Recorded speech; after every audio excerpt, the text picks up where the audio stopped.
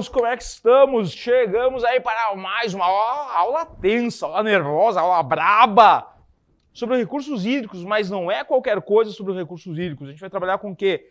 Situações hidroconflitivas. What? Que? Ah, Chuchu, lembra que nós falamos há um tempo atrás, numa outra aula, que a gente falou assim, não, porque a água, a água potável ela é um recurso finito. Lembra disso? A questão de ter água acessível, água potável, né? Ela é um recurso finito. E aí, quando a gente está trabalhando com o século XXI, que é o que a gente está falando agora, desculpa, não falar em inglês, século XXI, a gente entende que a água, ela tem um papel fundamental nesse século.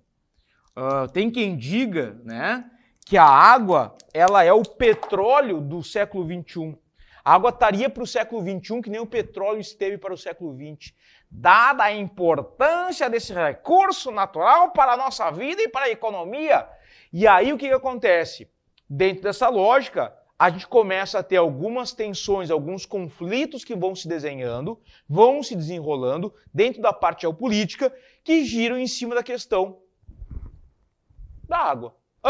Não só pensando, tá? Detalhe, não só pensando água como um local, um recurso para abastecimento e tal, mas algumas outras questões que extrapolam essa noção básica de água como recurso de fornecimento, como elemento para abastecimento humano, certo? Então, a ideia dessa aula é discutir alguns pontos importantes de algumas regiões do globo onde as coisas estão praticamente entrando em fight! Porradaria. Te assustou? Essa era a ideia. Né? Briga, tensão, luta em função da questão da água. Vem pro computador aqui, vamos lá então. Olha só. Chuchu, primeira região que a gente tem que falar, e talvez seja a mais importante dentro da lógica global, a respeito da questão da água, da má utilização da água. Porque a ONU coloca que o Mar de Aral, a crise no Mar de Aral, é talvez o maior problema ambiental, tá, do século XX. Vamos lá, vamos entender isso aqui. Ó. Primeira coisa, o Mar de Aral, ele não é um mar, tá?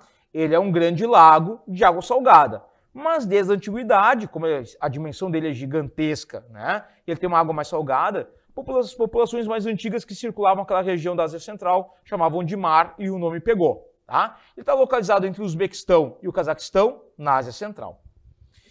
E o Mar de Aral, e eu quero que vocês reparem aqui, no primeiro quadradinho, ele é abastecido por dois rios, os rios Amudarya e Sirdarya. São rios que têm uma drenagem endorreica, ou seja, os rios correm em direção ao Mar de Aral. A foz desses rios se dá no Mar de Aral e o Mar de Aral não tem contato com o oceano. Então, uma drenagem endorreica é aquela drenagem que o rio não corre, suas águas não vão para o oceano, ficam dentro do continente. E o Amudarya e o Sirdarya, tá? Eles fluem, eles têm seu leito passando pelo Quirguistão, Tajiquistão e Turcomenistão. O fato é que, lá na década de 60, 1960, olha aqui para mim, período da Guerra Fria, período onde tinha a União Soviética, o RSS, União das Repúblicas Socialistas Soviéticas, e a União Soviética ela era um conjunto de vários países que formavam uma grande nação, né? Tanto que em 91 a União Soviética chegou ao fim e a gente tem um surgimento de 15 novos países, entre eles a Rússia, Ucrânia, Belarus, Cazaquistão, Uzbequistão, Turcomenistão e por aí vai. Tá? O fato é que na década de 60 o Mar de Aral ocupava uma área em torno de 68 mil quilômetros quadrados. Gigante. Dá para ver do espaço tu consegue achar o Mar de Aral ali. Só que nesse período dos anos 60, durante a União Soviética, a gente teve fortes projetos de agricultura na região da Ásia Central. O problema é que essa região da Ásia é uma região de clima mais seco. Não é uma região onde chove muito. Tanto que o rio Sirdarya e Amudarya, eles nascem do degelo da neve lá no topo da Cordilheira do Himalaia. E aí o gelo derrete, forma esses córregos d'água que vão chegar no Mar de Aral. Só que daí assim, pô, como é que eu vou plantar numa região onde o clima é mais seco? Como é que eu planto? Como é que eu desenvolvo práticas agrícolas, especialmente na época, né, o cultivo de algodão? Como é que eu vou desenvolver práticas agrícolas numa região onde o clima é mais árido? Bom, eu posso usar um sistema de drenagem das águas dos rios, o Sirdária e a Murdária. E a partir daí eu retiro a água desses rios, levo para as minhas áreas de agricultura, minhas áreas de plantação, irrigo a lavoura e o troço vai dar certo mesmo sendo em área semiárida. Show! Bom botar em prática. Foi-se. E aí o que acontece? Vem para o computador. Esses projetos de irrigação para cultivos agrícolas, especialmente aqui algodão, tá? Vão desviar uma quantidade muito grande de água do Sirdária e da Murdária, e com isso eu vou ter uma gradual redução do volume de água do Mar de Aral. Então, se tu reparar aqui, olha só, década de 60 no primeiro quadradinho, final dos anos 80 no segundo, 99 no terceiro, 2014 no quarto quadrado.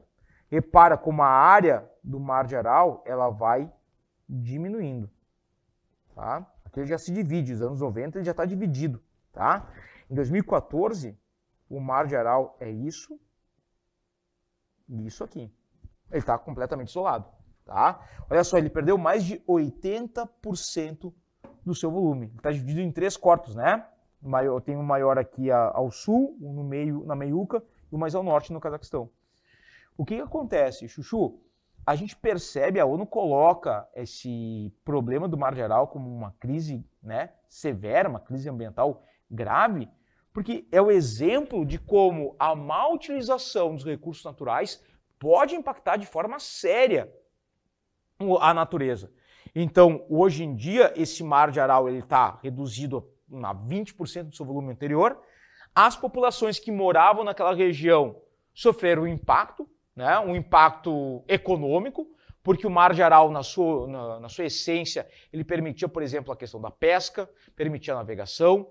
Só que daí no momento que tu tem essas águas, né, o volume de água diminuindo, e um detalhe importante é o seguinte, a água evaporando, menos água do Sirdária e do Amurdária chegando no Mar de Aral, o Mar de Aral não é recarregado, não tem recarga de água, a água evapora, porque é uma região muito seca, não está chegando água dos rios, o clima não favorece, muita água evaporando, e a água que permanece, ela vai acumulando sal. Lembra que eu falei que o Mar de Aral é um lago de água salgada? Quando a água está evaporando, o sal não evapora junto, o sal se acumula. Então, a água que resta do Mar de Aral, nesses 3 corpos que a gente tem ali, é uma água extremamente salobra, onde a fauna e a flora aquática não conseguem sobreviver. Então, tipo, aquelas comunidades que pescavam no Mar de Aral, hoje não tem de onde tirar peixe. Acabou.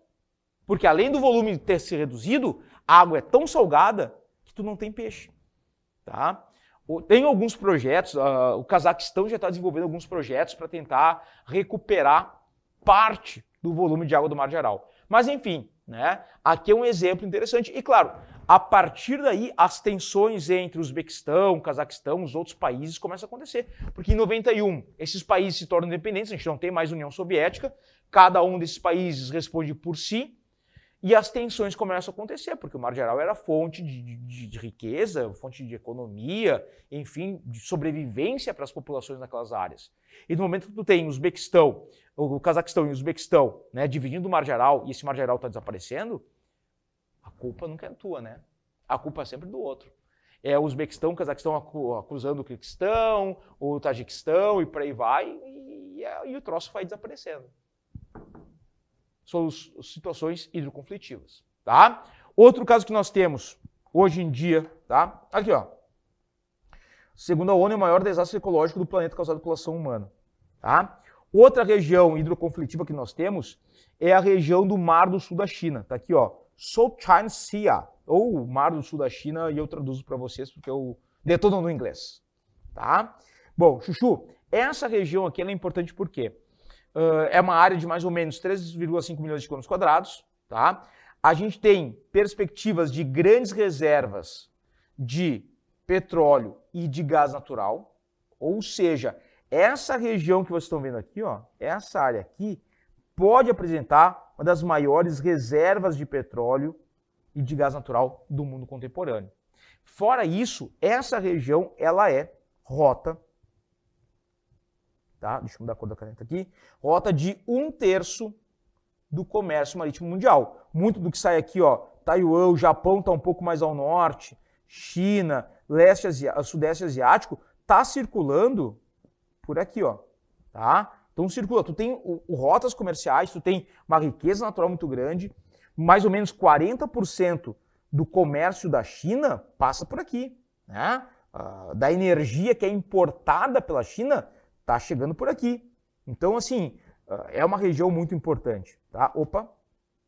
Bom, aí entra um ponto que é o seguinte, deixa eu apagar isso aqui, esses riscos aqui para facilitar o nosso entendimento do mapa. Acontece, chuchuzinho, ó, que a China, ela alega direitos históricos sobre essa região, sobre o Mar do Sul da China. Essa área territorial, e aí talvez vocês lembrem, nós tivemos uma outra aula que a gente falou sobre mar territorial, zona econômica exclusiva, lembra? Aula de recursos hídricos sobre águas oceânicas.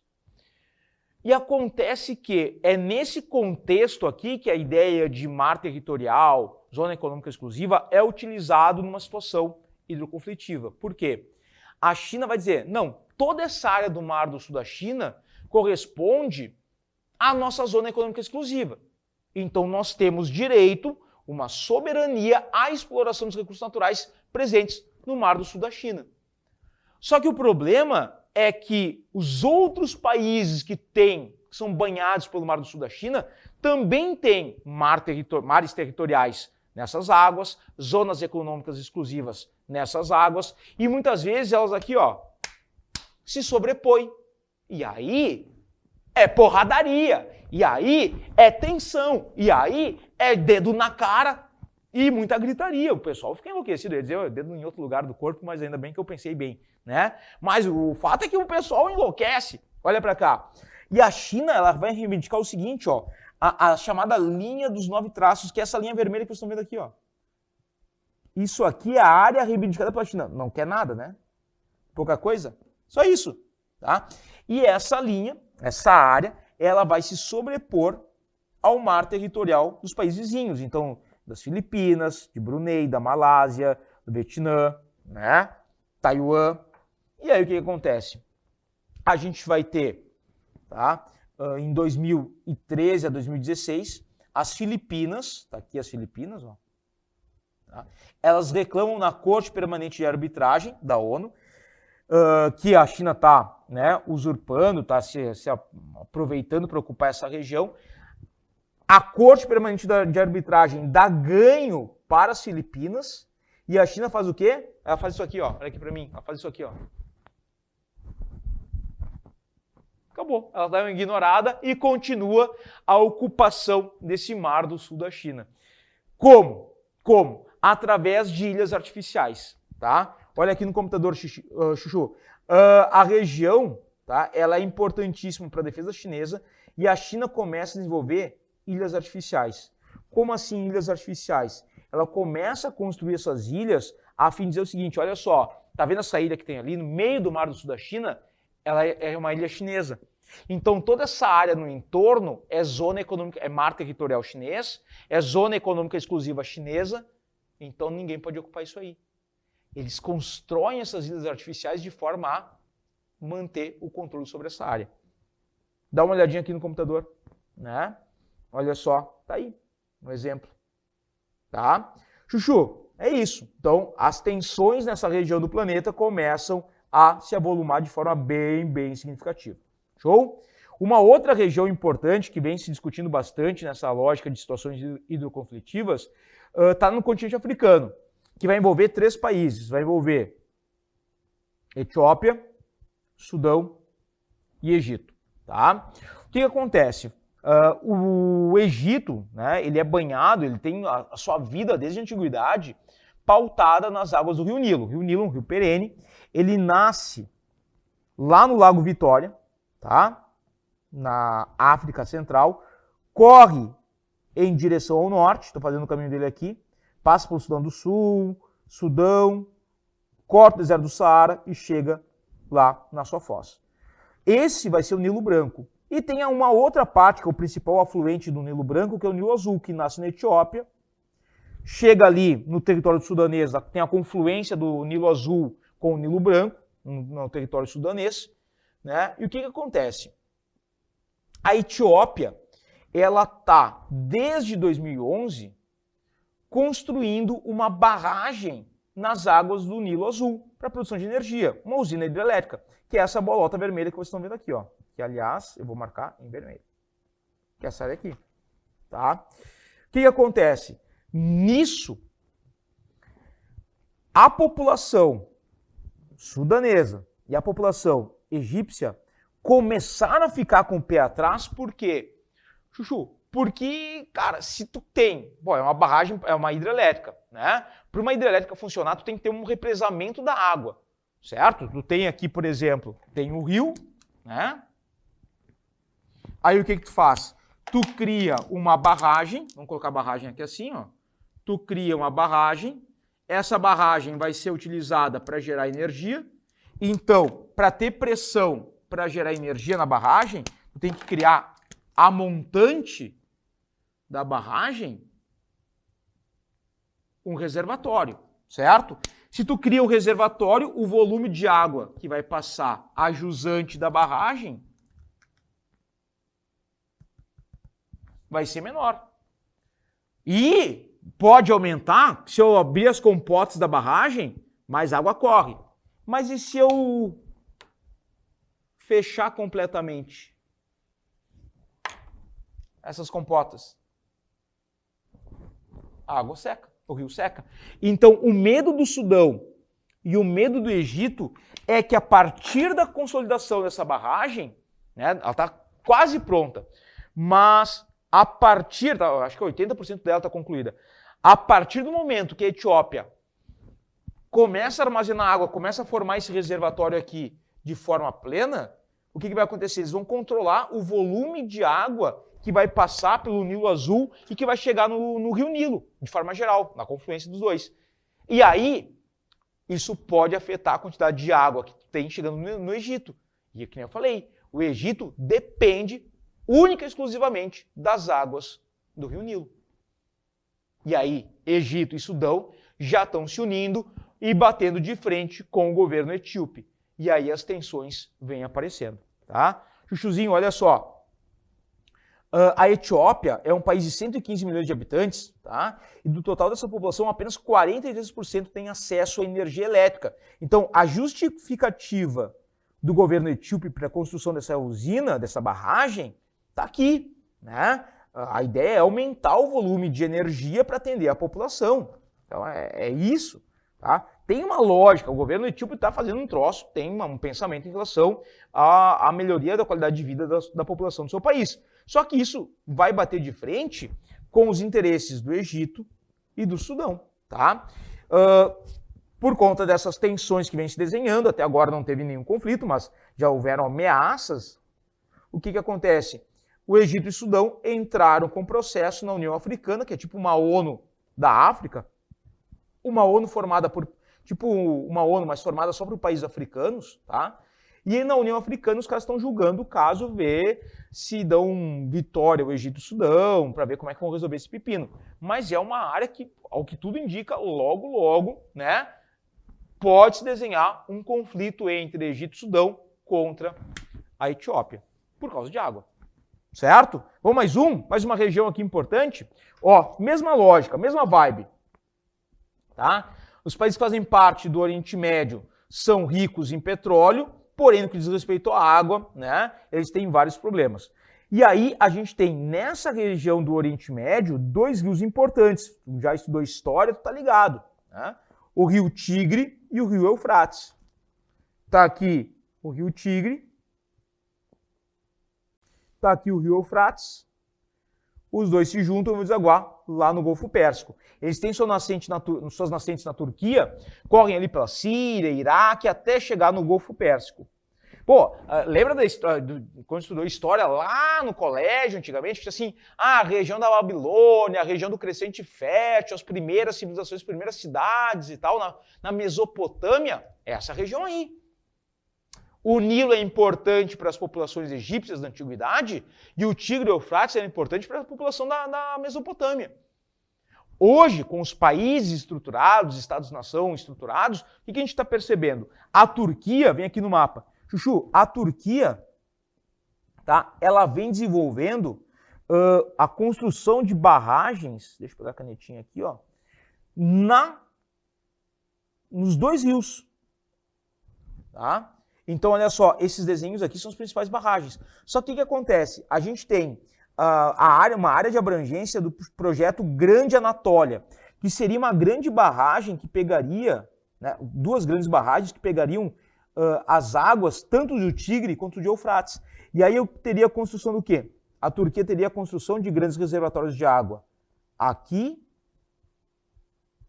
e aqui. Quem é que sairia afetado? Pô, Oriente Médio é região de clima desértico, né? E aí o que vai acontecer? Síria e Iraque, como é que vão depender dessa água? Chuchuzinho, olha para cá. É isso aqui, ó.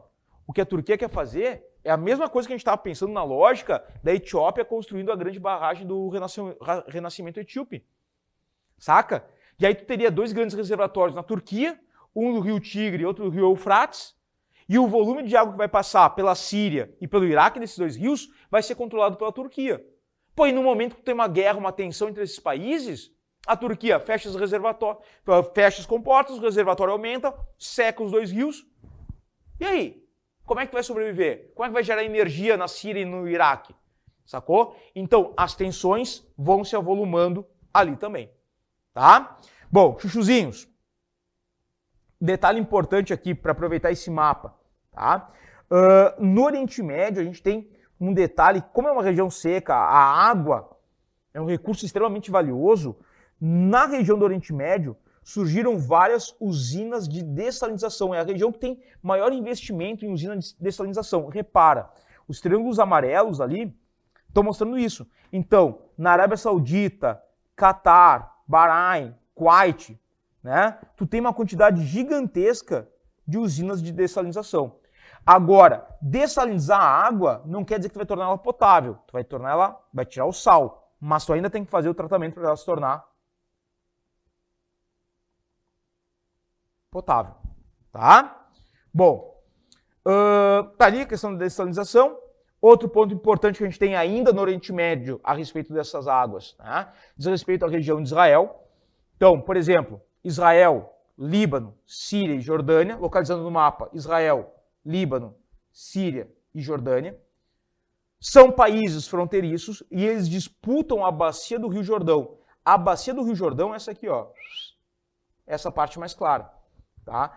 De novo, também é uma região, chuchuzinho, essa área de Israel, Jordânia e tal, também é uma área desértica. Então, quem tem acesso à água na região tem acesso a uma riqueza fundamental. Como é que tu vai desenvolver uma prática agrícola? Como é que tu vai abastecer as pessoas? Como é que tu vai gerar energia? Tem outras fontes, mas enfim, nessa região, água é primordial. Água é vida. E quem controla a água, controla a vida. Pô, que frase de efeito linda, né? Gostei. Quem controla a água, controla a vida. E aí as disputas aparecem. Então a gente vai ter, por exemplo, né, na década de 60, um conflito em que, chamada Guerra de 6 Dias, Israel conseguiu conquistar, por exemplo, as colinas de Golã da Síria. Vem aqui no mapa que eu vou te mostrar. As colinas de Golã, o território de Israel é esse aqui, ó. Deixa eu marcar em vermelho aqui, ó. Israel é isso aqui, tá? Isso aqui é território israelense. Aqui. Isso aqui é Israel, tá? Na década de 60, Israel conquistou da Síria essa parte aqui, ó, que são as chamadas colinas de Golã. Por que Israel conquistou essas áreas, essa área das colinas de Golã? Porque aqui nas colinas de Golã que a gente tem a nascente de vários rios, inclusive do Rio Jordão. O Rio Jordão nasce nas colinas de Golã, corre em direção ao sul, tá? Então é uma fonte de água. Controlar as colunas de Golã é uma área mais alta, né? Então tem ali neve que vai derreter, vai formar os rios. Controlar essa região aqui, ó, é controlar a fontes de água principais na região do Oriente Médio, nessa região do Oriente Médio. Então, pô, tu vai ter treta acontecendo. Claro que a Síria até hoje tenta recuperar essa área, mas aí quando bate de frente com Israel, a Síria acaba apanhando, certo? Fora isso, a gente vai ter as tensões aparecendo entre israelenses e palestinos, tá? Aí, no caso, os palestinos são os caras que ocupam a chamada Palestina, que basicamente é formada pela Cisjordânia,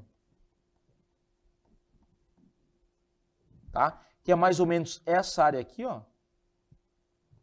certo? E pela faixa de Gaza. Seria mais ou menos aqui assim, tá? Partezinha aqui no cantinho. A Palestina é a população árabe que a gente vai ter em Israel, e esses caras, eles têm muito menos acesso à água, por exemplo, do que a população israelense, do que a população de judeus, né? Essa população israelense vai utilizar a água para irrigação nas lavouras, os chamados kibbutz, são práticas agrícolas, né, muito antigas que tu tem ali em Israel, que precisam de muita água porque tu tem uma região de clima seco, e nisso os israelenses pagam menos pela água, têm mais acesso à água, enquanto que os árabes palestinos vão ter menos acesso à água e vão pagar mais caro por essa água.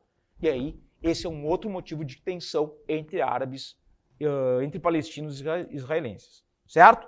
Para a gente finalizar a nossa aula, aqui, coloquei aqui da Turquia, né, de novo, mas enfim, já tinha falado dela, né? E eu quero ver com vocês essa parte aqui relacionada ao sul e sudeste asiático, tá? Tem vários pontos aqui que são importantes. Chuchu, mas a gente vai só dar um vislumbre mais geral para a gente não se prolongar muito. Bom, primeiro, falando de Bangladesh. Bangladesh, localizando no mapa, tá aqui ele, ó, esse paizinho aqui. Tá? Bangladesh é um país extremamente populoso, tem muita gente, os países mais populosos do mundo. E a principal fonte de água de Bangladesh é o rio Ganges. O rio Ganges está aqui, ó, ele nasce do degelo da cordilheira do Himalaia, corre pelo norte da Índia e vai desaguar, passa por Bangladesh, na sua jusante, e tem sua foz ali no Oceano Índico. Só que o problema é o seguinte, as águas do rio Ganges, quando chegam em Bangladesh, estão amplamente poluídas. Tá? Fora que a Índia vem construindo uma série de barragens para geração de energia, só que o problema é que essas barragens tendem a reduzir o volume de água que chega em Bangladesh. Ou seja, a água do Ganges que chega em Bangladesh tende a diminuir por conta dessa estrutura aqui, também acontecendo ali, e a pouca água que chega em Bangladesh chega extremamente poluída. O Ganges é um rio sagrado para os indianos, então muitas vezes assim, quando uma pessoa de importância morre na Índia, o corpo dessa pessoa é colocado na água do rio Ganges para chegar aos céus. A vaca, que é um animal sagrado na Índia, quando morre, ela é colocada no rio Ganges. Ao mesmo tempo que muito da poluição urbana das cidades na margem do rio Ganges vai para aquele rio. E essa água poluída está chegando em Bangladesh e é fonte principal de água. E a tendência, além da água ser poluída, que ela seja reduzida por conta dessas barragens aqui. Pô, e aí o pessoal de Bangladesh fica o quê? Fica puto da vida.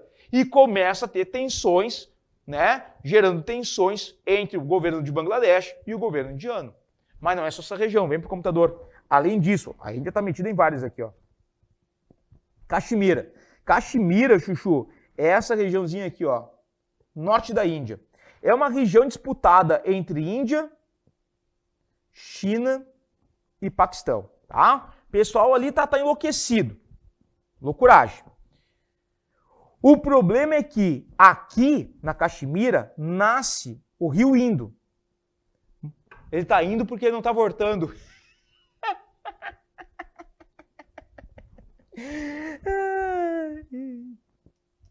Sem graça que vocês são. O rio Indo, ele tá aqui, ó, ele nasce aqui, também Cordilheira do Himalaia, nasce aqui e vai fazer todo esse caminho cortando o Paquistão. Paquistão também é um país de clima mais seco.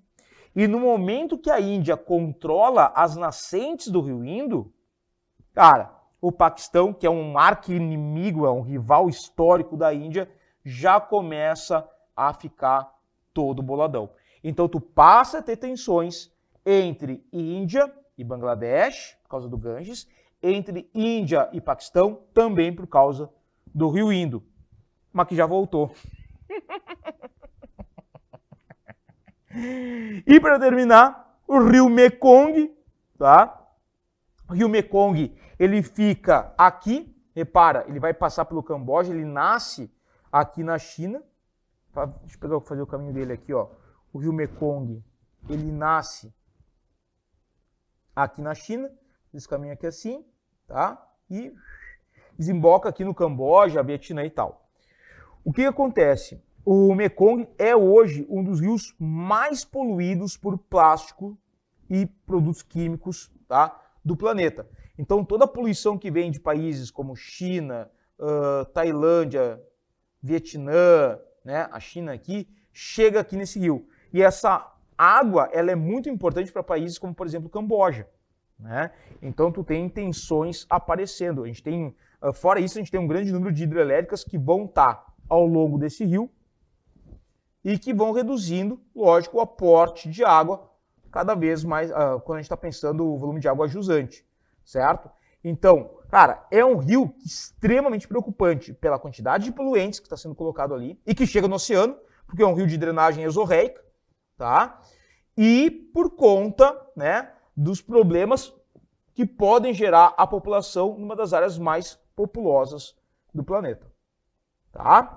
Chuchuzinhos, então repara o seguinte, são várias as situações que a gente tem no mundo, e aqui eu coloquei algumas mais importantes, que costumam aparecer mais em provas, mas água é um recurso que vai gerar disputas por um motivo ou por outro, pela água em si ou pelos elementos, recursos naturais presentes na água, vai ser motivo de uma série de conflitos ao longo do século XXI.